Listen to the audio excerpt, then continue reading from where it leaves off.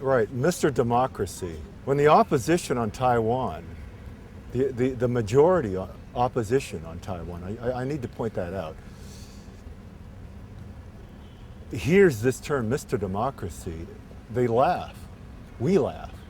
You asked about direct elections.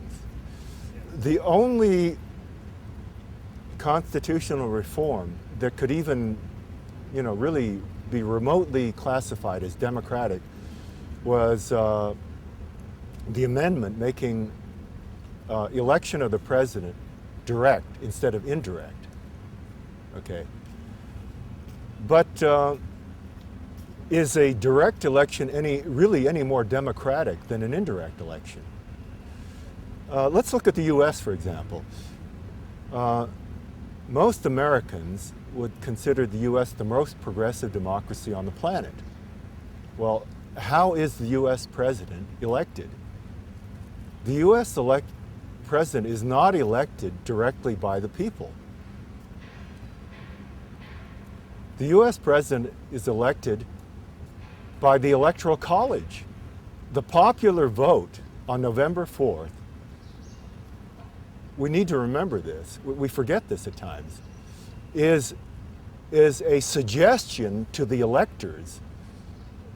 It's a suggestion. The voters are suggesting to the electors, we want you to vote for this candidate. The electors then vote at their discretion. The U.S. is not a direct democracy, it's an indirect democracy. So if we use the U.S. as standard, Lee Tung-hui, so-called Mr. Democracy, changed the original Republic of China system, which was more closely resembled the U.S. system, with its National Assembly members choosing the president, the way the Electoral College chooses the American president. And he took it away from a more American system to a less American system, where the president is directly elected by the people. Why do you think he did that? He did that for a very simple reason. You have people wonder, why would he do that? Because what he wanted was not a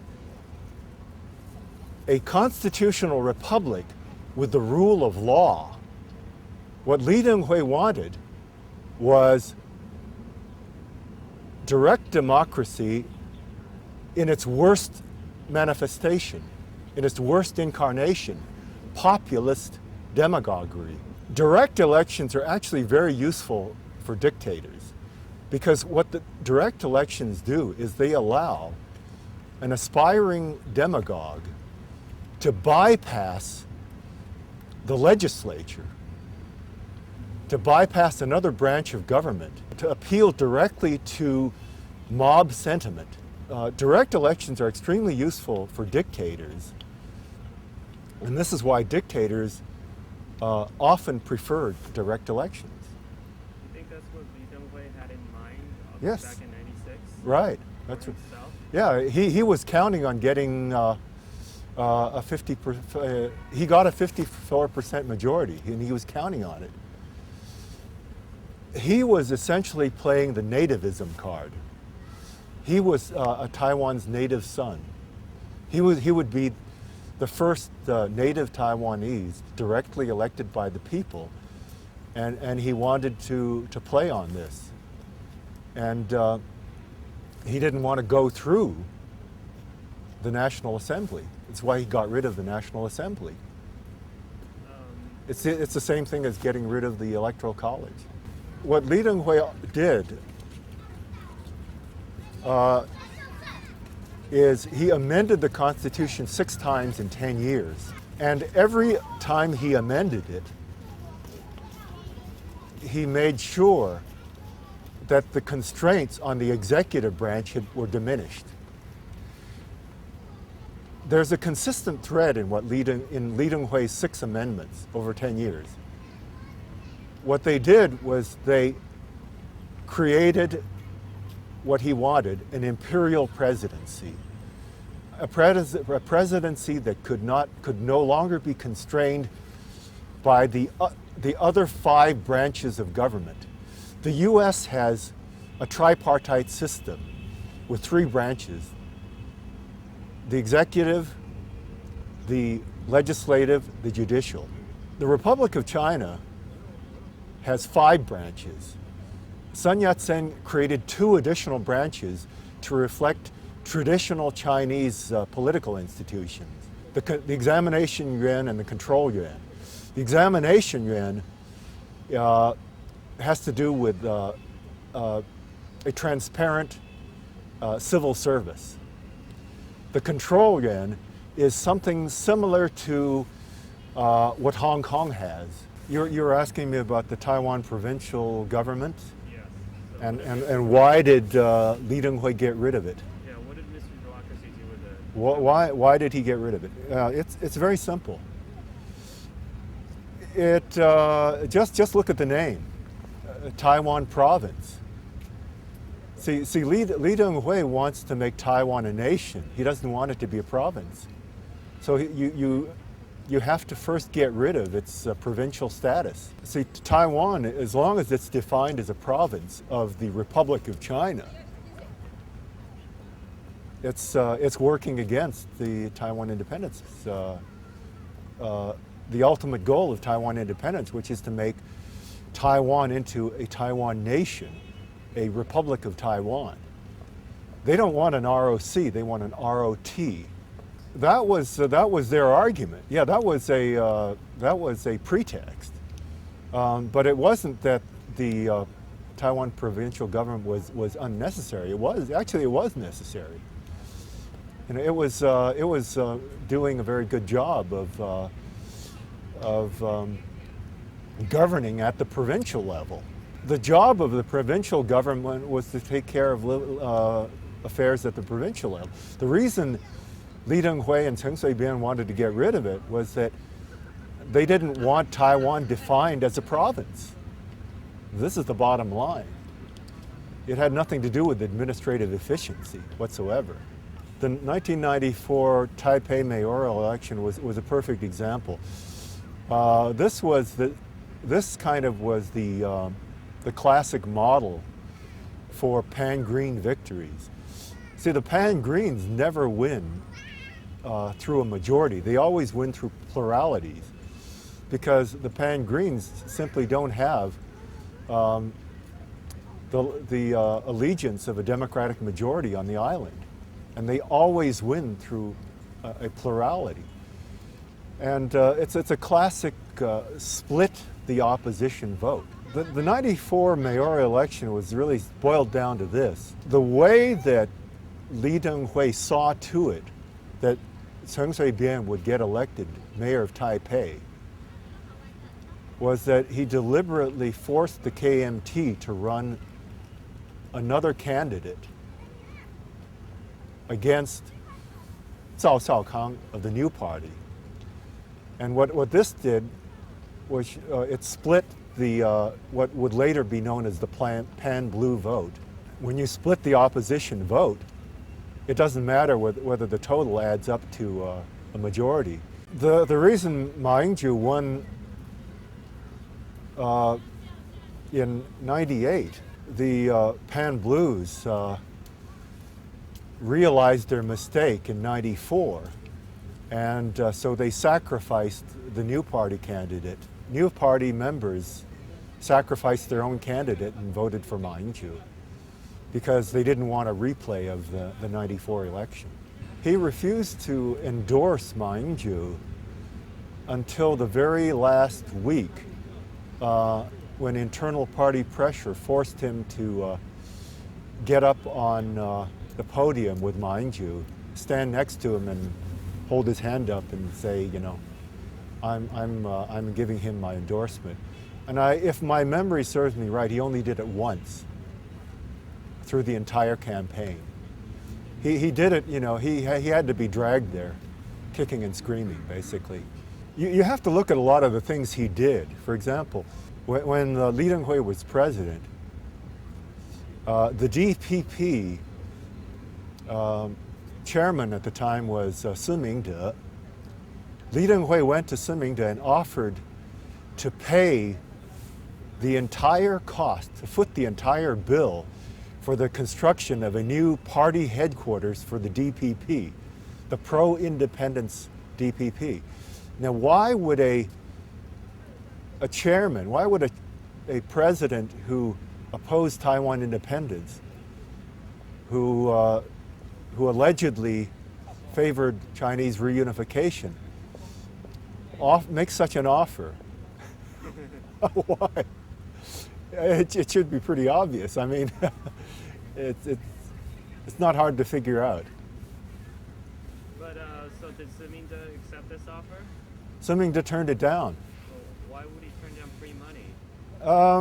Sun Mingde, unlike later DPP high officials, actually had some principles. He didn't want the image of the DPP tainted. He didn't want to give the public the impression that the DPP was being bought off. This is very different from Chen Shui-bian, who really doesn't care about such things. KMT membership, the rank and file, wanted a Lian Song ticket. A Lian Song ticket would have won. A Lian Song ticket would have scored a landslide victory of 60 to 40% over Chen Shui-bian, Yu Xiulian, which is exactly why Lee Tung-hui could not allow that to happen.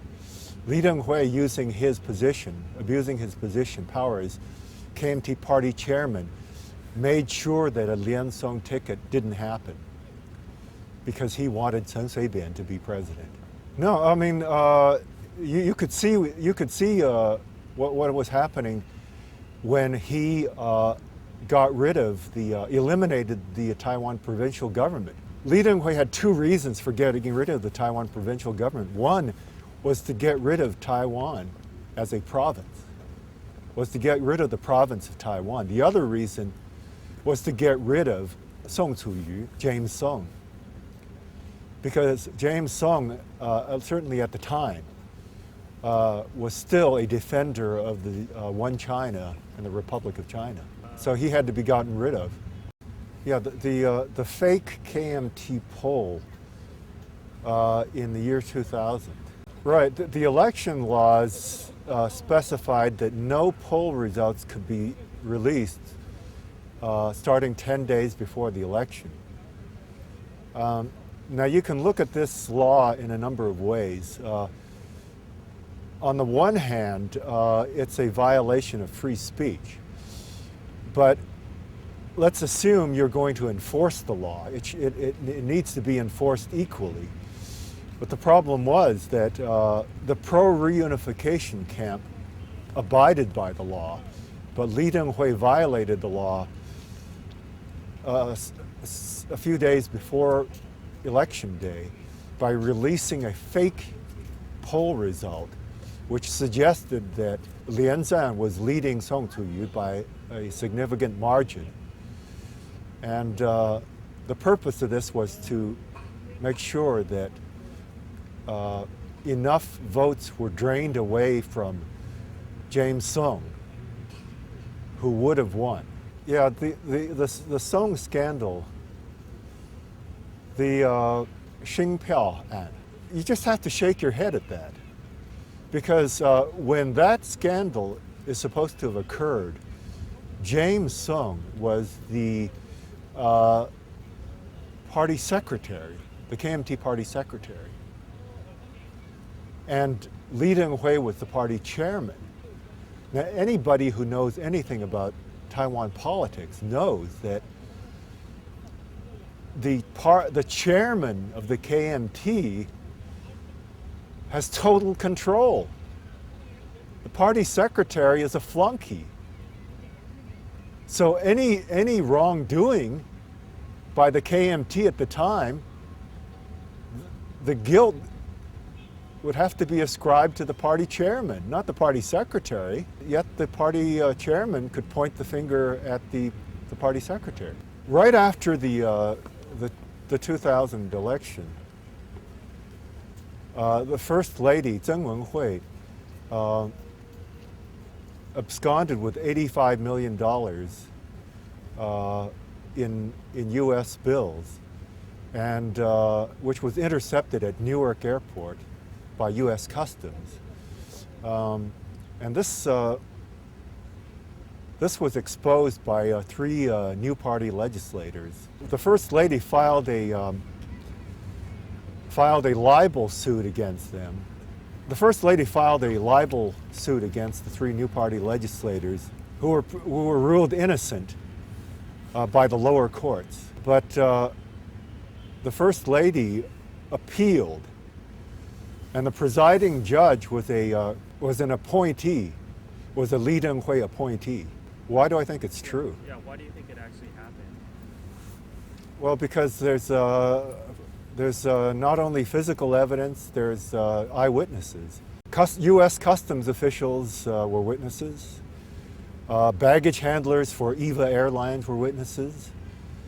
There's photographic evidence of the bundles of cash wrapped in plastic and rope. The photographs have even been posted on the internet. And this evidence was suppressed after a deal was struck between the then Clinton administration and Lee Tung-hui. Lee Tung-hui agreed to step down as party chairman.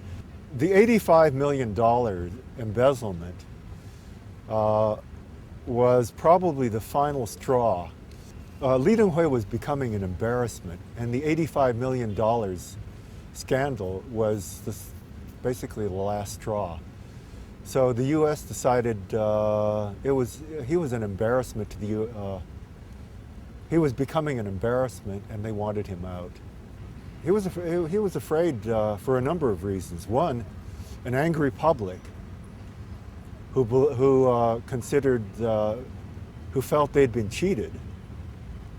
They'd been defrauded by the fake polls, among other things, and the splitting of the Liansong ticket, and also by the $85 million of their money, taxpayer money. And Lee Tung-hui was afraid of their wrath. After all, you know, he saw what happened to the Ceausescus after the fall of the Berlin Wall. And he had doubts about whether any deal he had struck with Chen Shui-bian behind the scenes would still hold up. He was afraid maybe Chen Shui-bian would sell him out. Maybe Chen Shui-bian would sell him out to make himself look like a reformer. You know, that he wasn't afraid to sweep out even his own benefactor. That he was a man of integrity, that wasn't afraid to do in even one of his own. It's important to him because he knows that if a pan-blue candidate became president, they would go after Lee Tung-hui for all the everything he's done during his 12 years. All the corruption, all the graft, all the kickbacks. They would even go after him as for the murder of Captain Ying Qingfeng in the Lafayette scandal. So he can't afford to have a pan-blue candidate win. As long as a pan-green candidate, he has some hope of keeping things under wraps for two reasons. One, because politically they're on the same side, and that maybe a tit-for-tat deal can still be struck, because Lee Tung-hui is believed to have some dirt on Chen Shui-bian as well. And so Chen and Lee, they each have goods on the other. Yeah, he did. Murder? Right, he did. So what happened with that? Well, the general belief is that Lee Tung-hui reminded Chen Shui-bian that he had some dirt on him that would be embarrassing. It's possible that Lee Tung-hui might have channeled some funds, some money to Chen Shui-bian as well. That's part of it. Yeah, that's part of it. Lee Tung-hui has roughly 10% of the vote at his command, the Taiwan Solidarity Union, the TSU, and that vote is more or less is at Lee Tung-hui's disposal. Yeah, the support for Lee Tung-hui in 2004 got transferred to Chen Shui-bian, not completely, but it made the difference between the results of 2004 and it accounted for the difference between the results in 2004 and the results in 2000. In 2000, if you recall, it was a 60-40 split. And in 2004, the actual split was 53-47. Before the gunshot, it was probably 55-45.